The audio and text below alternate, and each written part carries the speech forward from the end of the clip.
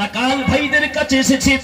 রাকাল ভাইরা ওই ছাগলের দুধ দহন করে যখন ওই সালাবার কাছে দিয়েছে, সালাবা ওই দুধ পান করছে। আর সাহাবী বলছেন, হযরত ওমর বলছেন, আমরা লক্ষ্য করে দেখলাম ও দুধ যখন পান করছে চোখ থেকে যেন ওই চোখের দুধ ভরা পানিগুলো ধরে ধরে এসে গড়িয়ে গড়িয়ে এসে ওই দুধের সঙ্গে মিশে একাকার হয়ে যায়।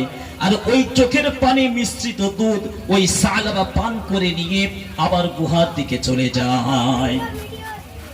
হযরত সালমান ফারসি বলছেন, যখন ওই সালাবা চলে যায়, যখন সালাবা ওই আবার গুহার দিকে চলে যায়, তখন আমি সালমান ফারসি আর হযরত ওমর বিন খাত্তাব আমরা দুজন ওই সালাবার সামনে গিয়ে দাঁড়িয়ে পড়লাম।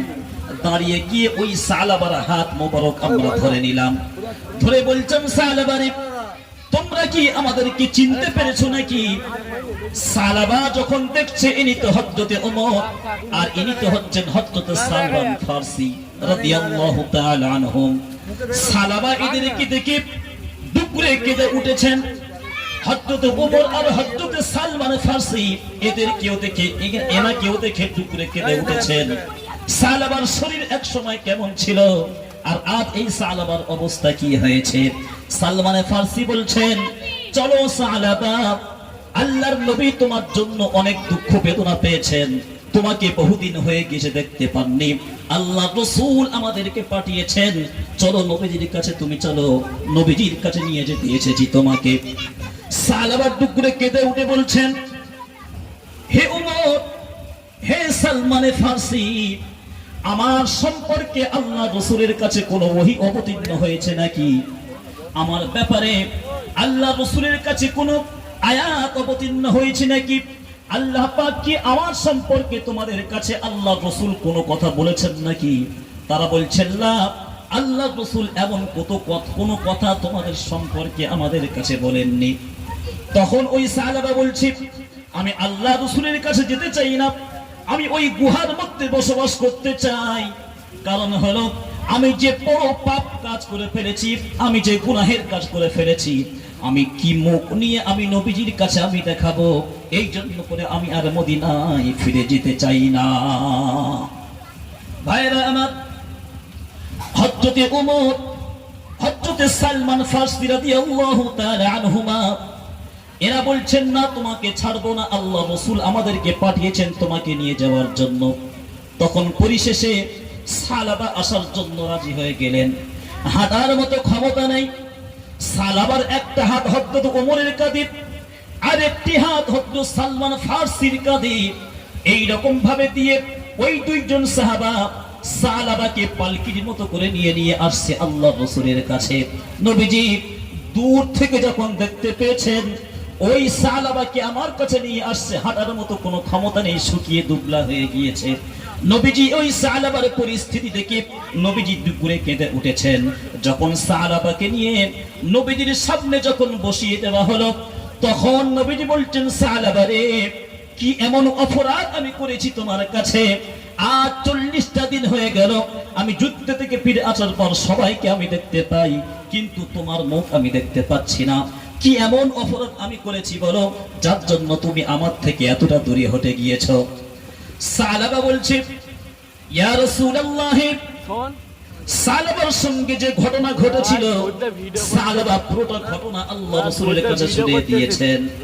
শুনিয়ে দেওয়ার পর আল্লাহ রাসূল বলছেন, সালাবারে, এই কাজ তুমি তো অজান্তে করে ফেলেছো, এসো তোমার মাথা আমার কোলের উপরে রাখো। সালাবা বলছেন, লা ইয়া রাসূলুল্লাহ, আমার এই মাথা আমি আপনার কোলের উপরে রাখবো না। ইয়া রাসূলুল্লাহ, হাসরের ময়দানে আল্লাহ পাক রব্বুল আলামিন যদি এই গুনাহের কারণে যদি আমাকে পাকড়াও করে নেন, তাহলে ইয়া রাসূলুল্লাহ, আপনি আমার জন্য আল্লাহর কাছে সুপারিশ করে আমার নাজাতের ব্যবস্থা করে দেবেন। আল্লাহ রাসূল বলছেন, সালাবা, তুমি শোনো, তুমি তো এই কাজ তুমি অজান্তে করে ফেলেছো। অজান্তে করার কারণে এত কান্নাকাটি তুমি করেছো, এত পরিমাণ তুমি তওবা করেছো, আল্লাহ পাক তোমার এই কান্নাকাটির কারণে তোমার বিগত জীবনের সমস্ত গুনাহকে ক্ষমা করে দিয়েছেন। জোরে বলুন সুবহানাল্লাহ।